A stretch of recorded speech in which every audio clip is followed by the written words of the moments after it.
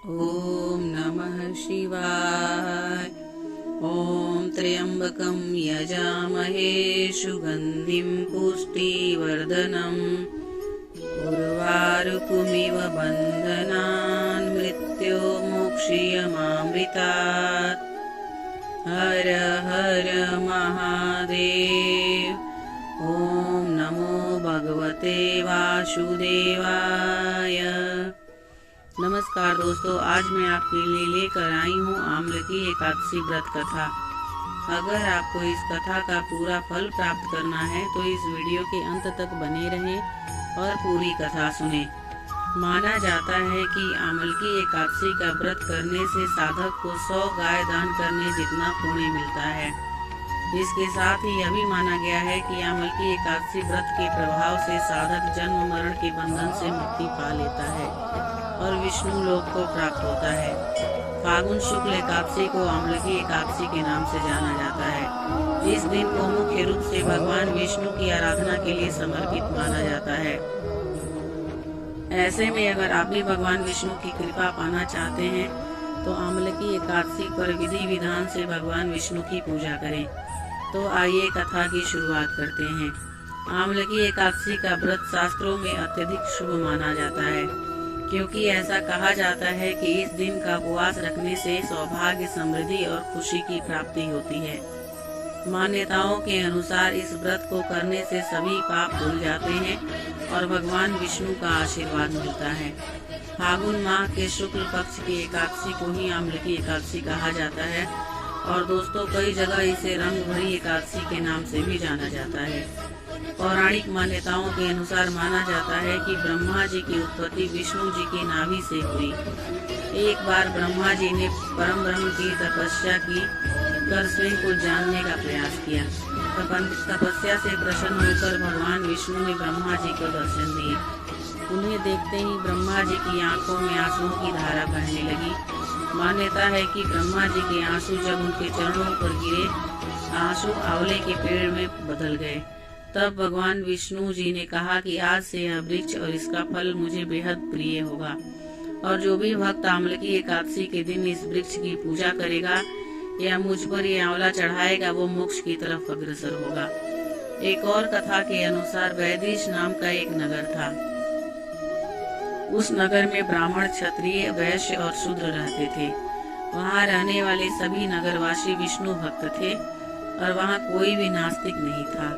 उसके राजा का नाम था चैत्ररथ। राजा चैत्ररथ विद्वान थे और बहुत धार्मिक भी थे। सबसे खास बात थी कि उस नगर में कोई भी व्यक्ति दरिद्र नहीं था। नगर में रहने वाला हर शख्स एकादशी का व्रत करता था। एक बार फागुन महीने में आमलकी एकादशी आई।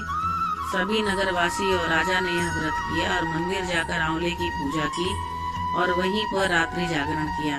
तभी रात के समय वहाँ एक बहेलिया आया।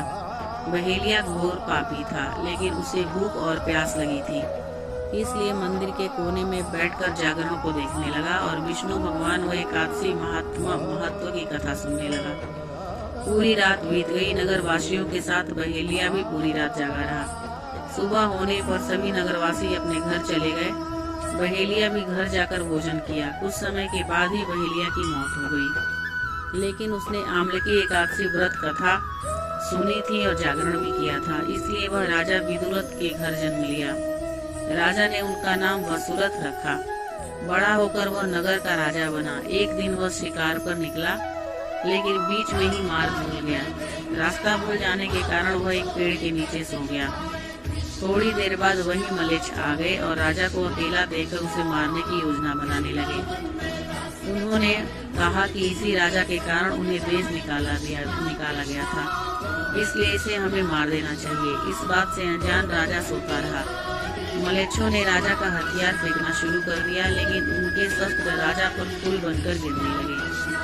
कुछ देर के बाद सभी मलेच्छ जमीन पर मृत पड़े थे। राजा की जब नींद खुली तो उन्होंने देखा कि कुछ लोग जमीन पर मृत पड़े हैं।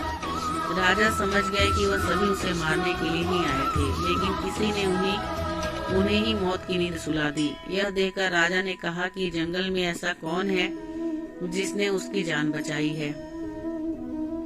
तभी आकाशवाणी हुई कि हे राजन, भगवान विष्णु ने तुम्हारी जान बचाई है। तुमने पिछले जन्म में आमलकी एकादशी व्रत कथा सुना था और उसी का फल है कि आज तुम शत्रुओं से घिरे होने के बावजूद जीवित हो।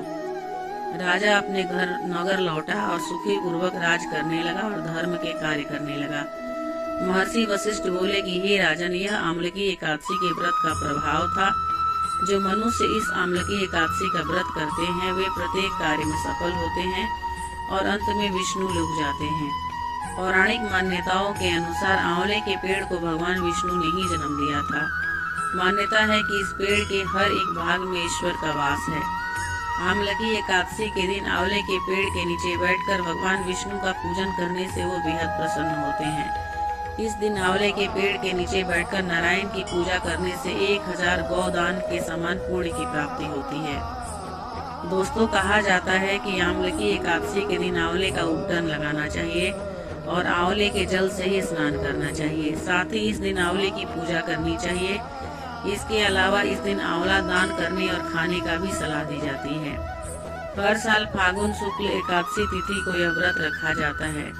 इस व्रत में आंवले का बड़ा महत्व है क्योंकि उसके वृक्ष की पूजा की जाती है और भगवान को आंवले का भोग भी लगाते हैं।